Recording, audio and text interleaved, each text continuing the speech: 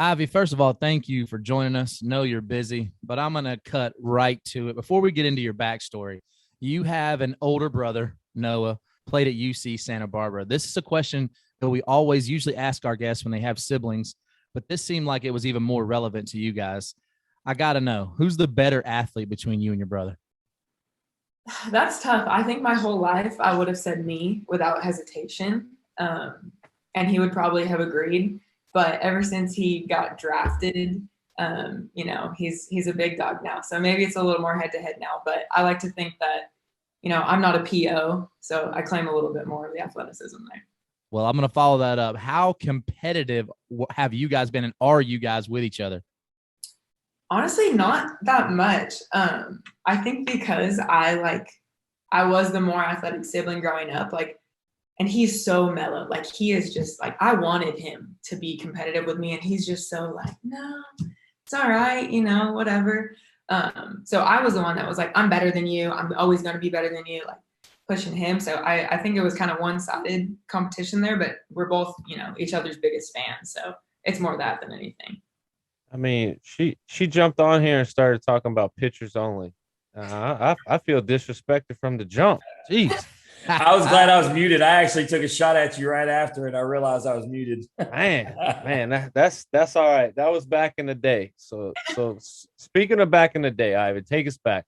Where are you from, and what was it like growing up? Obviously, you talked a little bit about your brother, the competitive nature. I'm sure that started at a young age, but where were you guys growing up? What was home life like? Mom, dad, brothers and sisters? Let us know what was up. Well, I'm from Huntington Beach, California. So grew up 10 blocks from the beach.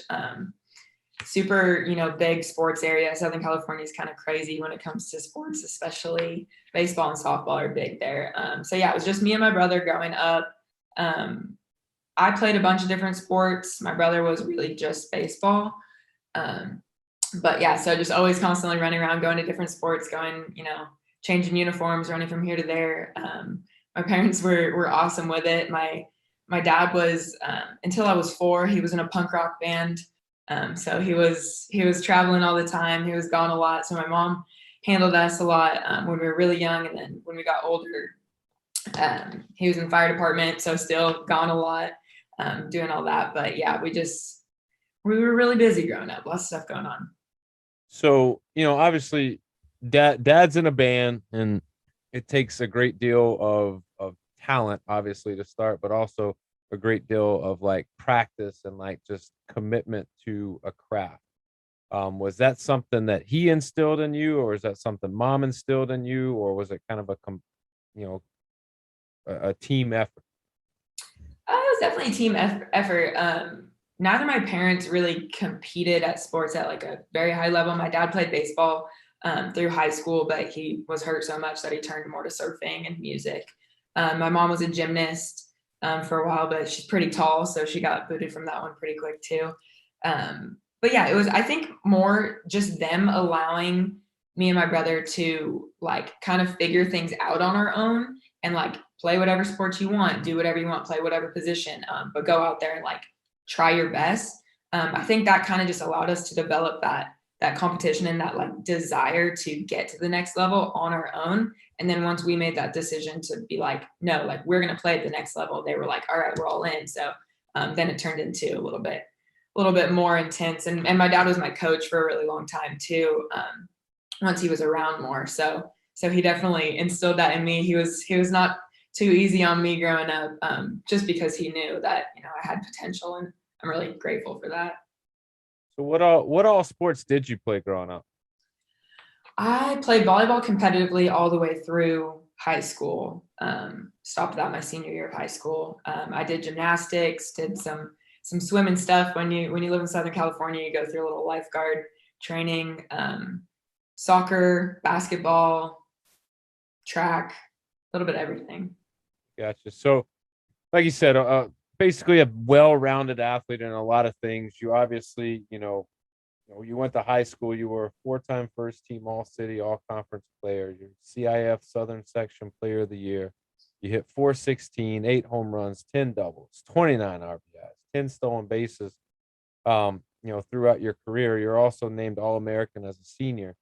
you know, at what point in that high school, career do you go, man, like I think I can play at the next level? Was it early on before you even entered high school where you're like, that's my goal, like there's no stopping me? Or was there a moment in high school where you're like, oh shit, like I got something here that can maybe propel me to the next level? Yeah, so I actually was part of the generation, I guess you could call it, that was still able to commit early before the rule change. So I committed to Arizona when I was a freshman in high school, so 13, 14 years old.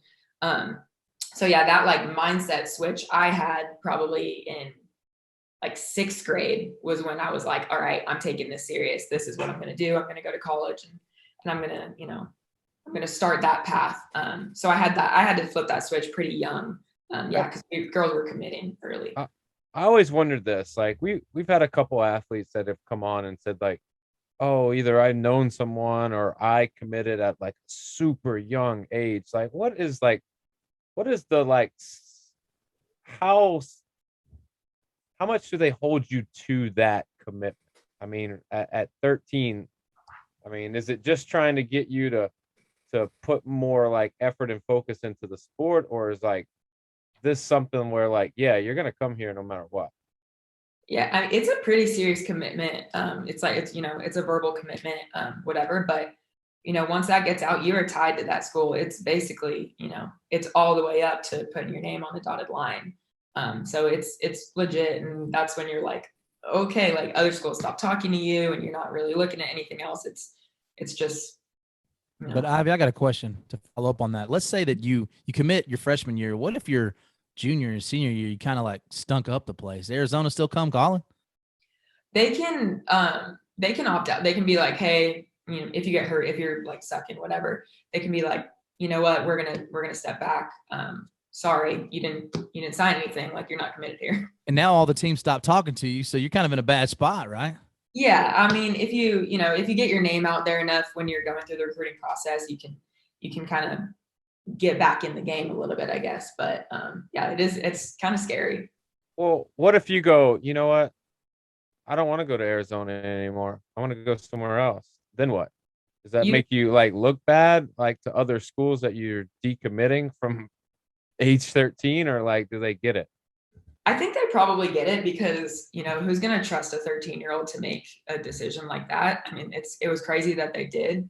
But yeah, I mean, if there's like some sketchy reason why you're leaving there, then people might be a little bit more hesitant. But I mean, people decommitted all the time because it's like, oh, I want to go here. No, I want to go here. Like I mean, Well, I always felt like the biggest reason is because the coach that may have came and recruited you is not there anymore, and so that always changes the game.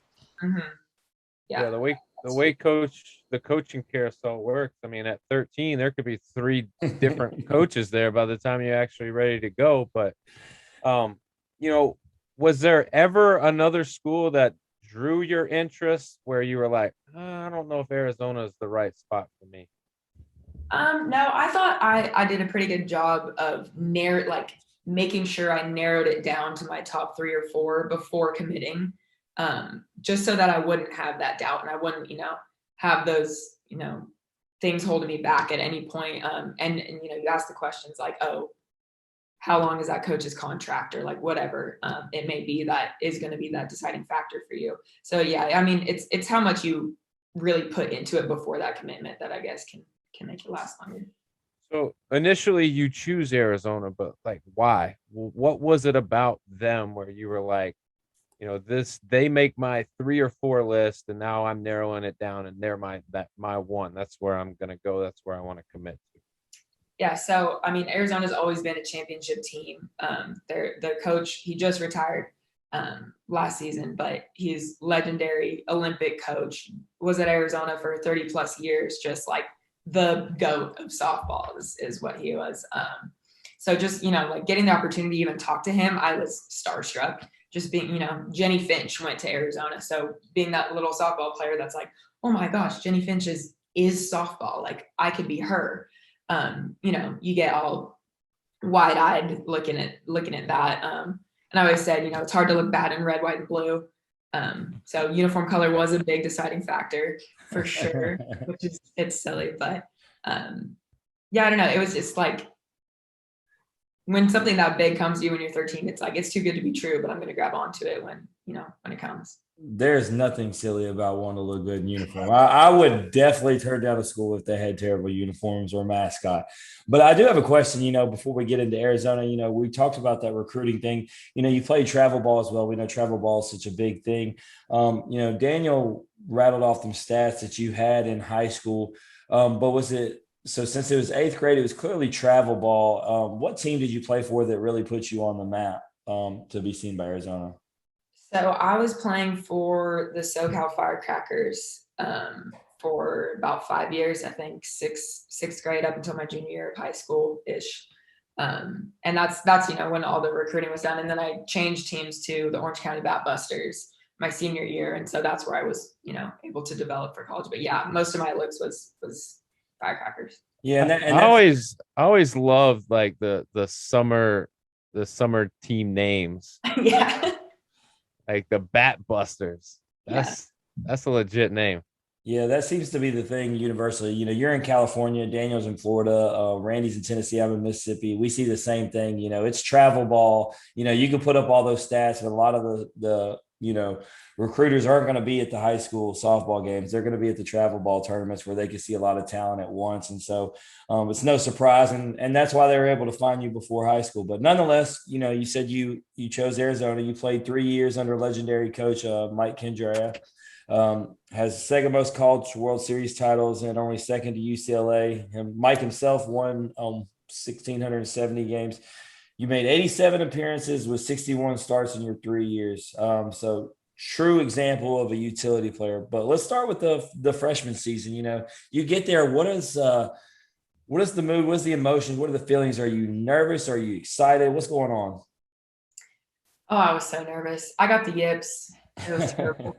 I was playing third base and I would like shuffle twice and then still throw it to like the pitcher circle. Like it wouldn't even make it to first base. And it was just awful. Sprained my ankle the first week of practice in the fall. Like it was just the worst thing ever. But it's exciting. I mean, it's, what you've dreamt of your whole life, especially committing at 13. I stepped on that field and I was like, oh my gosh, like here I am finally. So yeah, I mean, it was a big mix of emotions. What was it like going from, you said you were right by the beach to going out to the desert? It's not great. I think my first day of practice, which again, I was in a boot with a sprained ankle, I think it was 108. Just dry heat, insane, not a cloud in the sky, just brutal. So you started 18 of 22 games and appeared in 39 games as a freshman. You hit 207, 2 doubles, and 4 home runs. Obviously, like you said, had a little struggle out the gate, but seemed to pick it up, more your sophomore year. Appeared in 26 games. What's impressive is, we talked about the utility player that you are, 13 in left field, 4 at shortstop, 1 at right field, 1 at second base. I mean, what's your mindset, and your willingness to contribute to the team and play any position on the field? Yeah, I mean, I kind of bounced around growing up, so I was always used to playing a lot of positions. Arizona really took that seriously. I think I started in 7 different positions or something in my time there. So yeah, all my talks with coach were just like, hey, wherever you need me, like you put me there, I'm going to be the best one you've ever seen. Like that was my mindset. And that's kind of just how we looked at it. And I wasn't an everyday starter ever. But I was, year number 2 in every position. So if someone goes down, be ready to go, be ready to play left, be ready to, go to shortstop, whatever it was. I was just kind of stayed in that mindset. Like, I'm just going to get it done wherever I go. Yeah, absolutely. But by junior year, you locked down first base with 21 starts. I talked about freshman year, 207, sophomore year, 220. You get your batting average all the way up to 305. So talk to us. What got you settled in? What got you hitting better? I think it was probably just more comfort in having that position a little bit more locked down. I was still kind of in and out, but getting the opportunity to, be in that lineup more consistently and be a little bit higher up in the lineup sometimes just helped me settle down. Hitting was never my thing, honestly. Like growing up, I was a switch hitter. I bounced between left and right all the time. Like just tried to get it done because defense is my baby. Like I will play the field all day long, but hitting, I was like, yeah, I just got to figure something out. And that was very evident in my average at Arizona. But yeah, I think just, that comfort that comes with, knowing you have a spot a little bit more secured. Yeah, it sounds like it makes sense. And sophomore season, what I didn't say, y'all made it to postseason. Junior year, you're finding your groove. Things are going well for y'all, but then it gets cut short to COVID. Coming off that College World Series appearance, did you feel like you guys would have been right back there with a chance to win it all this time? Oh yeah, I think we were really, really solid. That group of seniors was really powerful, really dynamic, and like a lot of legendary players that really left a mark on the sport and at Arizona. So I think that was going to be a big year for sure. So the real question comes, and I'm going to let Randy get into all things Tennessee after this question. You're putting up amazing numbers. You're with a team that's winning, but ultimately you go from Arizona to Tennessee. So how does that happen, Ivy? I think that just goes back down to the opportunity piece. Like I said, I liked playing everywhere. I liked being able to be versatile, but shortstop's where I wanted to be. And the shortstop at Arizona that was ahead of me was leading the country in home runs. She's, super power hitter. And when COVID hit, the seniors got that fifth year back. And I just saw it as, an opportunity for me to be able to go somewhere else. So I sat down with coach and just kind of ran him through that, and he totally understood. And I ended up graduating from Arizona that summer too. So I actually went into Tennessee as a grad transfer. So it worked out awesome. I got to, be an alumni of Arizona and then get to experience something completely different and a little bit more opportunity somewhere else. No, absolutely. It makes perfect sense to me. But I got to ask you, you kind of talked about the difference between going from SoCal to Arizona, but now you're going from the desert to Knoxville, Tennessee. So talk about, is that culture shock, Ivy? Yeah, a little bit. I think the biggest difference is the weather. I've never grown up with like seasons actually. We got a lot of them. Sometimes they change daily. Yeah, it's like it's raining right now. I don't know where that came from. It's 80 degrees today.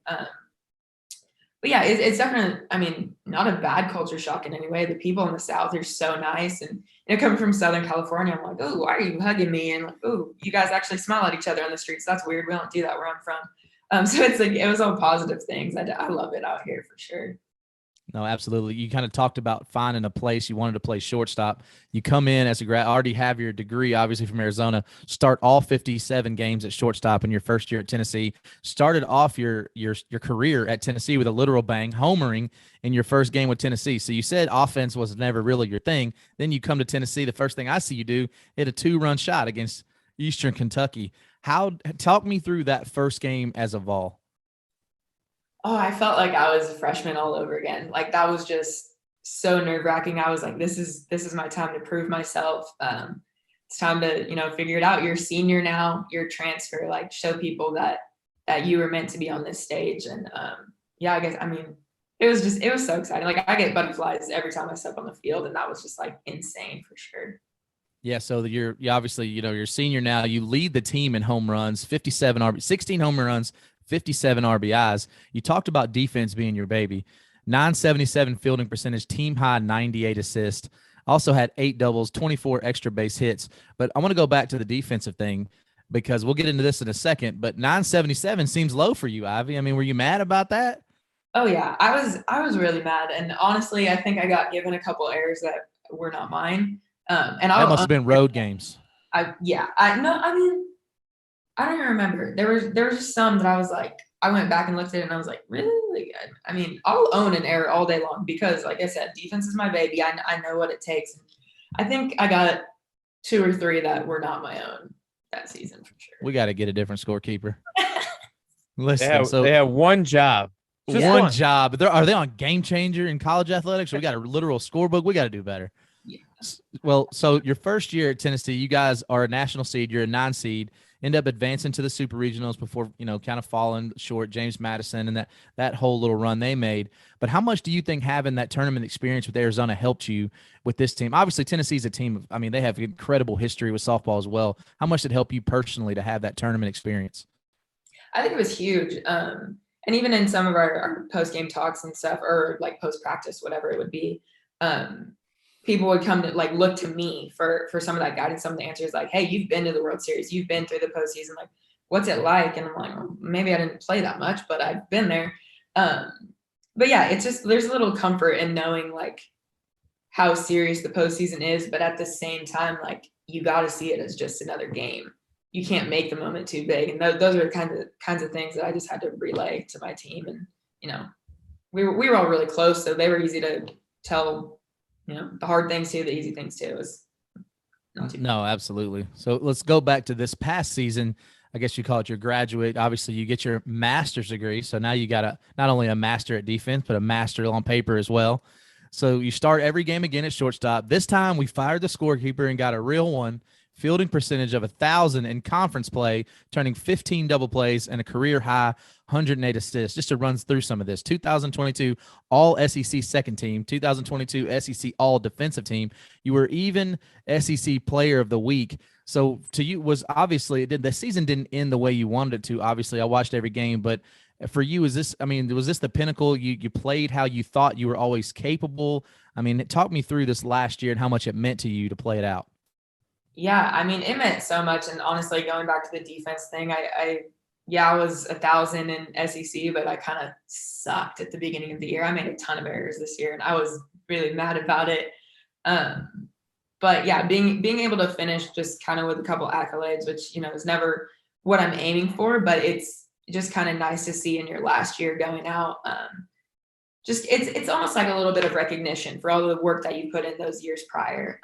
It's really nice to see. And I mean, I love this team. I love this school with everything that I have. So being able to, you know, have that run with them, even though it got cut short again, was just like, I would not trade it for the world. And also, you know, obviously we talked about the head coach that you had at Arizona, but then you get to come to Tennessee and play for another legendary. It was Ralph and Karen Weekly, both obviously now just Karen. But I mean, talk about how those two have kind of helped mold you into the human being that you will be from here on out. Yeah, absolutely. Just again, giving me the opportunity and like taking a chance on me because I didn't, you know, have all the stats or anything from Arizona. So them just bringing me here and being like, all right, you're a shortstop. This is, you know, what you're going to be to us, and putting me out there regardless of how I was doing, and just giving me those chances and always supporting me in, you know, on and off the field, was just something that really helped me grow as a person. And they just kind of fostered this environment of like, all right, this is our team, this is our group, everybody's in it together. So I was able to learn from all the people around me, staff, teammates, everything, and it just made it super awesome. And I feel like I'm a way better person just because of the people here. Absolutely. So you end up, like I said, getting your master's degree. It's in public relations. Something I noticed in doing my research on you, Ivy, was that academics has always been a huge thing for you, even going back to high school. You've gotten obviously all academic, recognition. Talk to me about your mindset there. There was such an onus placed on academics for you. Yeah, I mean, academics are always super important for athletes, I feel like, especially when you're committing so young. They're really looking at like, okay, are you going to be a liability for us off the field when you get here? So that's something I had to take seriously from a really young age, and something that my parents always, you know, taught me to have pride in. So yeah, just, I mean, I enjoy learning. I'm not like a, you know, go out of my way studier by any means, but when I find something interesting, I'll, you know, dig a little bit deeper into it. So that makes it a lot easier. And then just knowing like that it's going to open more doors for me later in life, or that it opened all the doors for me, you know, to get to college even. It was just a big, you know, part of how I got here. All right. So I got two last questions for you. And the first one I'm going to ask you is, with obviously both the softball team and the baseball team performing at high levels, do the baseball team and softball team support each other as much as it seems like you guys do with the daddy hat and the mommy hats and all that? I mean, we're close with each other. They don't get to come out. They didn't get to come out to a lot of our games because we always have the same schedule. We got to jump over to a few of their midweeks. But yeah, some of the guys would come in and do that. I don't think they even knew like when we did the mommy hat. So we originally, when the boys got the fur coat and the hat taken away, that's why we brought it. We said, oh, they didn't tell us anything. So we brought a fur coat, the one that Bureau wore to the baseball game. Yeah. And then we had the mommy hat first. And then we had people jumping on like, oh, you guys need a daddy hat. So we just kind of wanted to, you know, stand in support for our boys there. But yeah, I mean, our team was always like, we had the baseball game on in the locker room and stuff. It's fun to be a part of that. Yeah, and we've had a lot of the Tennessee baseball players on, and one in particular was Evan Russell. We're huge fans of Evan Russell, and he spoke extremely highly of you guys. So I just figured it was a lot of support going back and forth. Yeah. So my last question before we jump into the game is, what's next for you, Ivy? I haven't really figured that out yet. I'm working some things out right now. Might be going to play a little bit of, if you want to call it professional, in Italy. So overseas softball, it's nothing too crazy. It's probably honestly a step down from college softball. But a couple months of that maybe. Besides that, heading back home to California to get into the real world, I guess, hang up the cleats and start working. All right, Ivy. So, there's a lot to do, a lot going on. It's a special time, obviously bittersweet, I'm sure, but you have the opportunity to continue your career. As being someone who has been in Italy, I wouldn't pick any other place in the world to go and continue my career. So, we wish you the best of luck with that. But before you get out of here, we want to play a little game with you called This or That. You down to play? All right, I'm in. All right, it's really easy. Very, very easy. It's you get two options. All you gotta do is pick one or the other. That's it. Right. You can't say both, can't say neither. And just be very decisive, quick to the punch, and whatever you feel, you say. All right. Got it. So, pun intended here. We're gonna start with a little softball question, a little layup, so to speak. Are you a dog person, or a cat person? Dog person. Dog. What's your favorite dog? I have a corgi. I don't know if that's my favorite, but he is really funny looking, so I'm gonna have to go with him. All right. So from the West Coast all the way to East Tennessee, are you a pool person or a beach person? Beach person. No hesitation on that. No doubt. No doubt. So would you rather be street smart or book smart? Street smart. You already got the book smarts, right? You're like, I already got that. I'll take something different. I can get by that way. I think street smarts will get me a little further in life. Man, that's what everybody says. Everybody wants to be street smart. Man, that's crazy. All right. Would you rather have a group hangout or just one-on-one? That's tough. So, you and your friends going chilling out together, or you and the bestie just chilling out watching Netflix? I'd probably say group hangout. I mean, if it's like a group of close friends, I'm a big relationship person. So like if that's one-on-one, that's awesome. If I have a group of people that I can be that close with, that's great too. All right. Got to pick one. Jenny Finch or Monica Abbott? Monica, go Vols. Wow. Okay. Okay. Would you rather owe money or owe someone a favor? Owe someone a favor. I don't like being in debt. Ooh, she hasn't been asked to help somebody move yet, clearly. Yeah, clearly. That's the one thing that I don't want anybody to help me do, because I would feel bad. And it's the one thing I don't want to help other people. I'll give somebody money to hire a mover. Randy, which speaking of, I'll see you next month. I need that help moving, bro. I got you a gift card on the way, cuz. College hunks moving junk. There you go. There you go. That's your gift card. All right, Ivy, would you rather have the fur coat or the daddy hat? Got to pick one. Can't be both now. I'll take the daddy hat. Daddy hat. Yeah, it's pretty stylish. Take it anywhere. Easy to fold up. Plus, after what Tony V said about the coat. The coat. Tony V said the fur coat smells. Yeah. Ours kind of was stinking up our mudroom too. Ooh. All right. Last question. This is a big one. Would you rather save 100 strangers or one loved one? One loved one. One loved one. You you don't care about being a hero to 100 people. You just want that one loved one. I mean, if you have that relationship established, I feel like that's worth more. I mean, that sounds awful. Well, Daniel, if she's gonna answer that question that easy, you might as well hit her with coma or jail. Then we need a little difficulty. All right. I'll throw you a little bonus. Just a little extra credit. You got your master's degree. You can handle a little extra work here. So, would you rather spend 10 years in a coma or 5 years in jail?